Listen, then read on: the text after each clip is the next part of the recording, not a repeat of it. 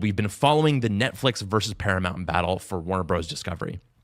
The library and the studio were, in general, as we learned last week, valued at $111 billion, according to Paramount's final bid. And Netflix originally tried to buy just the studio and streaming assets, while Paramount had moved to buy the entire company at the very end. And so ultimately, Netflix walked away and Paramount won. Now, here's why I bring this up again, because the interesting thing to me isn't who won the bid. It's why the library is worth that much money. And I kind of alluded to this a little bit last week, that $111 billion number is very interesting. But I wanted to dissect that a little bit more just to show you how important that idea of a back catalog is. And it'll show us why YouTube is so powerful and why you as a creator are so powerful for YouTube. So bear with me here. For Paramount, this was a horizontal consolidation. So for those who don't know, in the industry, there's two different kinds of consolidations, horizontal and vertical. A horizontal is like two companies that do the same thing, combining together, one buying the other, and because they kind of do the same thing. A vertical one is a supplier integrating with somebody who's a distributor. So an example of this would be someone like Apple, who is buying up the chip maker underneath them or buying up a display maker. They don't make their own displays. They buy that from somebody and they put it into a giant phone sandwich, right? But if there was a vertical integration, they would be combining the chip with Apple, right? Or the screen with Apple. Now, an example of a horizontal merger would be like Apple buying Google or Google's Pixel division, because they're both selling Pixels, or Apple buying Samsung or something like that because they're both selling phones. In this case, Paramount combining with Warner Bros. Discovery is a lot more like that latter one, where it's a phone company combining with a phone company, right? Whereas Netflix would have been more like a phone company combining with a display company or a chip company or something like that. And so the reason this is interesting is because what is happening with Paramount is that they already run a legacy Hollywood system. They have studios, they have distribution, they have TV networks. And with Warner's library and Paramount's library, you get this massive combined back catalog for them to surface on like Paramount Plus, for example. And so one of the things that people say when they get into these horizontal mergers, again, like a phone company combining with a phone company, they start saying the word synergy. You know, you've heard that word before. You know what like the translation of synergy actually really is? Oh, the translation of synergy, like they work well together, they complement each other. Like there's not a lot of friction. There's more like attraction and flow, and it's smooth and kind of logical, and just like it's a great connection. Yeah, you would think that is what it means, because it is kind of true. That was the original sense of the term. But really what it is that it is sort of a way of being a euphemism to describe cutting jobs. If I'm just being honest. Cutting jobs? Because if you think about it, you've got two companies that do the same thing. And if they combine together, are they going to hire are they going to have two accounting departments? Or are they going to have one accounting department? Are they going to have two sets of decision makers? Or so you're saying in the context of corporate America and the combining of two different companies, that synergy represents letting go of people. Letting go of people. Sorry to pull that rug out from underneath you. Yeah, I wasn't. Yeah. But this is just my interpretation. The idea of synergy means that they're going to take those jobs and basically figure out which ones they keep and figure out which ones they get rid of and cut the ones that are duplicated effort. So it's a synergy in the sense that you can all push towards the same end goal, but really a synergy in this sense means that like you're looking to make things more efficient, right? So here's the core point. With Paramount and Warner Bros. Combining, you have those quote unquote synergies. You cut all of that overhead. Now, I want you to do a thought experiment with me, which is that let's imagine that they bought all of this Warner Brothers back catalog, but let's just say they went crazy, like literally just did something stupid. Like they cut all of the jobs. It's just a guy who knows how to run the streaming platform and he has the back catalog and that's it. Would that still be valuable? Would people still subscribe to a Paramount Plus that just had a back catalog and a way to stream it? As long as it functioned in a way that it worked, the way that it was expected to work from the customers who might not even care or know that there was any kind of acquisition. As long as that's fine, yeah, it would be fine. And like you said, there's a lot of departments that's already at Netflix that can be, I guess grown. By the way, not an expert at this, but what often happens is those departments in the buyer, they usually soak up a lot of the personnel, or they let go of those personnel. I've actually seen this at Disney. Oh, when interesting. Disney acquired a big business, and there's people at that business that went from being in this company, I won't name it, and then they became Disney employees, and they eventually just kind of like expired out. And then the thing that was most valuable stays in Disney, and guess what? Also gets not only sucked into the Disney like ecosystem, the branding goes away. Synergies. And so if they were to cut all that overhead, the back catalog alone basically would still be valuable. And you can bet that if it's a bigger back catalog, that it's more valuable. It's that easy, right? But think about this from the Netflix perspective. If we go down the alternate path of history where Netflix buys Warner Bros., here's the interesting thing. That was the vertical integration. And the reason for that is because Netflix doesn't really have their own traditional studio culture. Right? They didn't come up in old Hollywood. They were the new startup that basically just bought up a bunch of stuff, put it all in one platform, and let anybody pay a small monthly fee to watch any of it, right?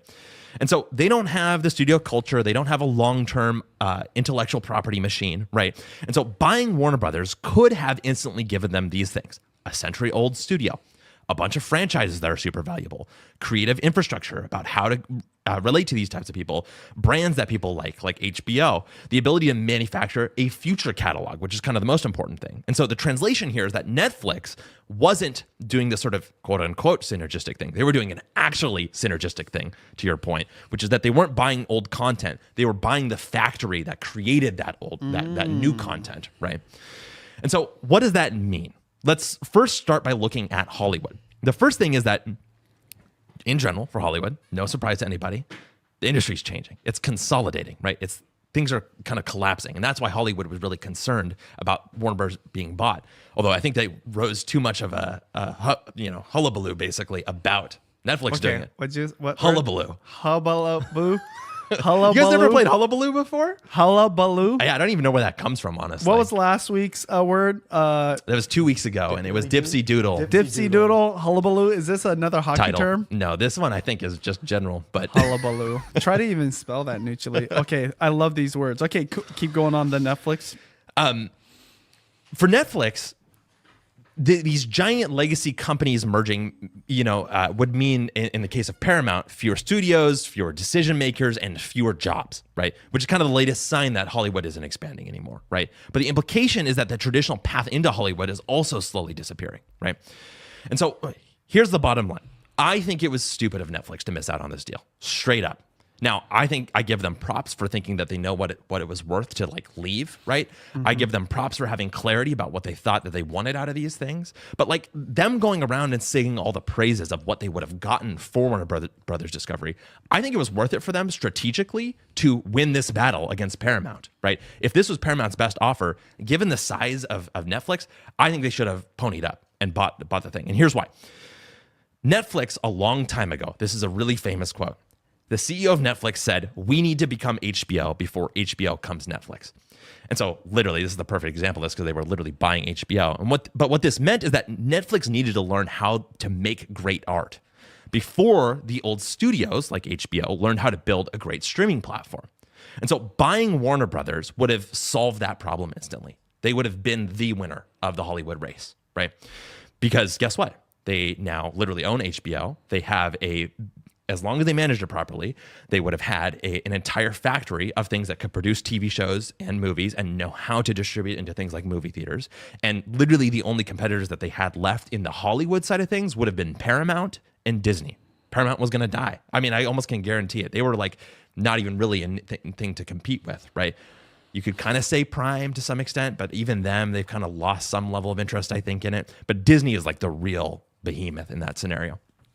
And so if they had bought Warner Brothers, I think it would have solved that problem.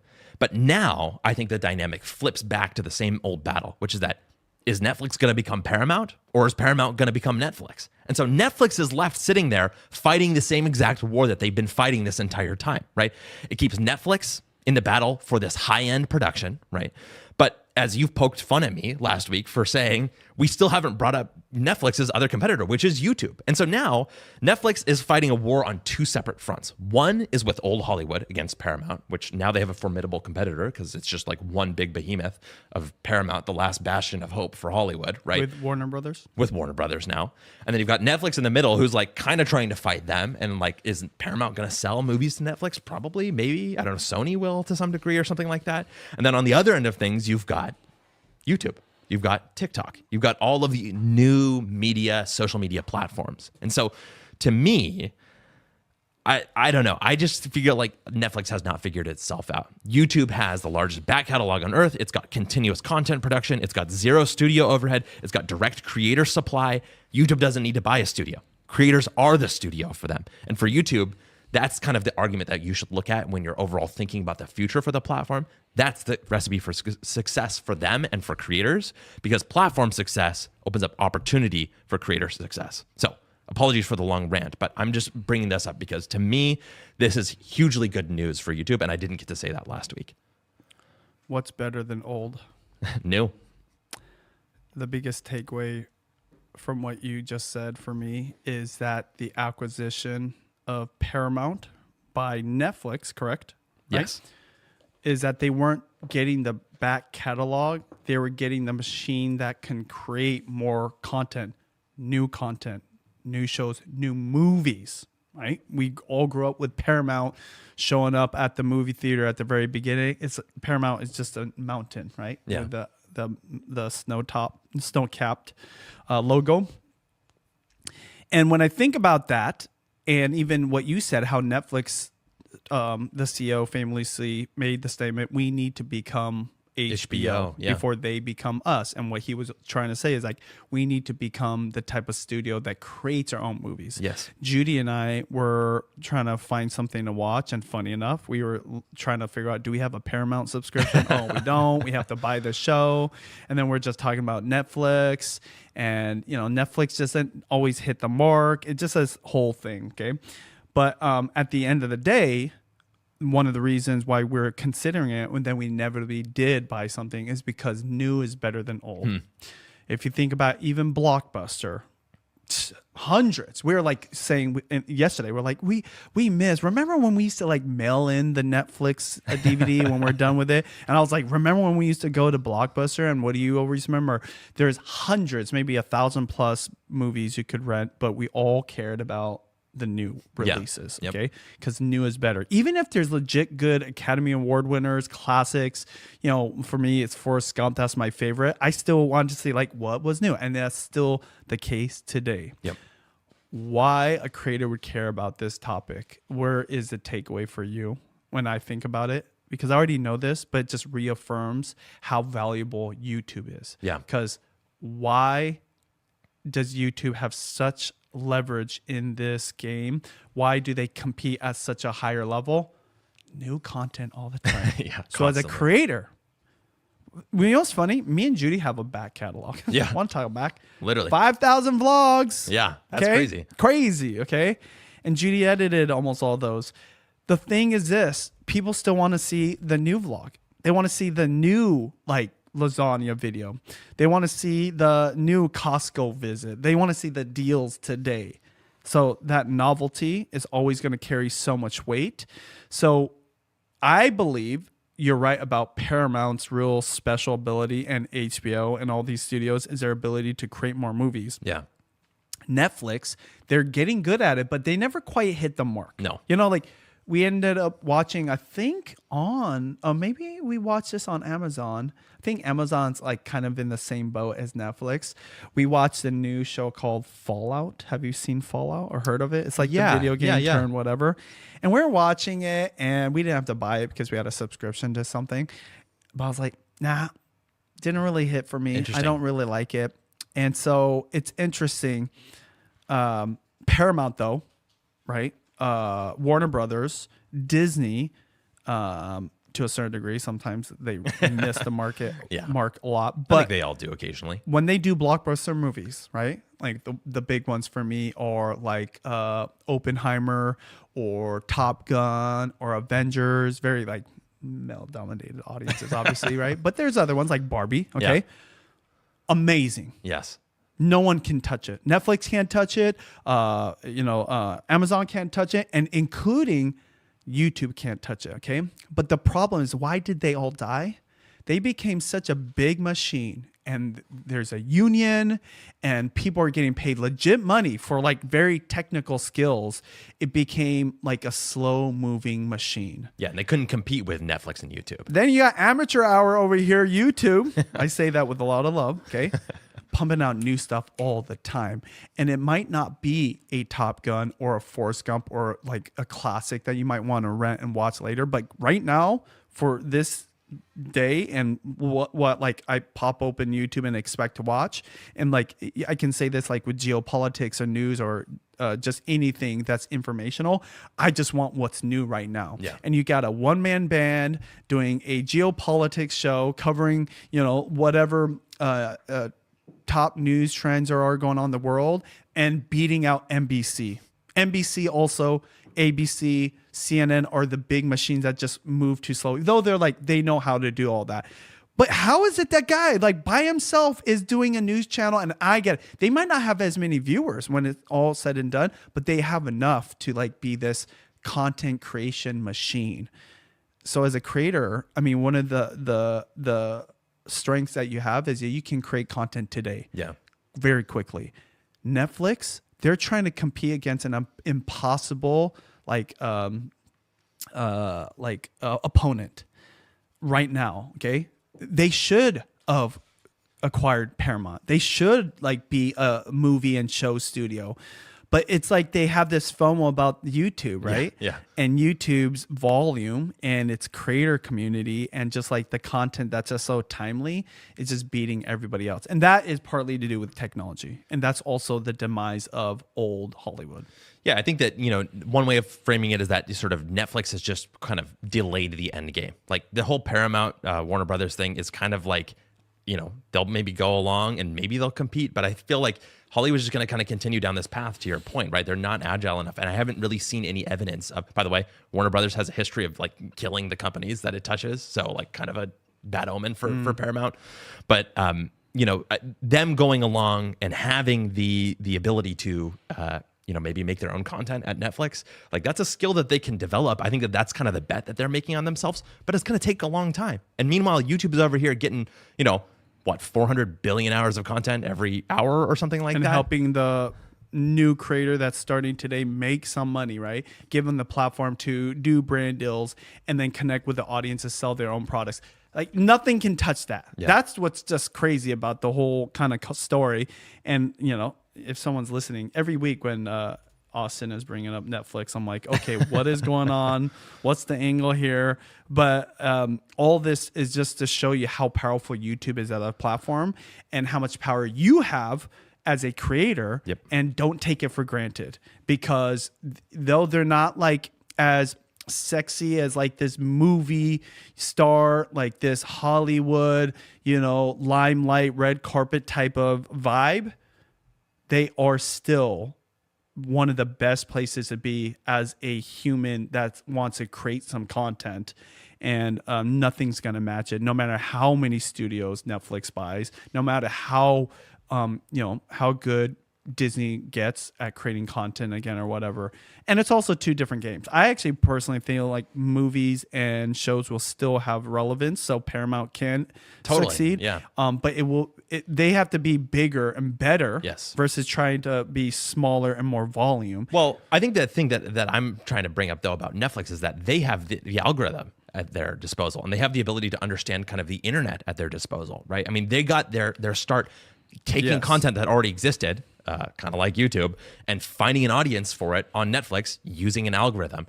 Paramount and all of these other apps don't really do that, right? Yeah. And that algorithm is the thing that YouTube leverages to its fullest extent, but Netflix could have utilized, but doesn't really necessarily. But YouTube doesn't know how to make Top Gun type of movies, though. I will say, yet that's what Nucci just said. it's coming. Yeah. And I believe there are creators today that will become the next superstars in movies and shows and specials, everything.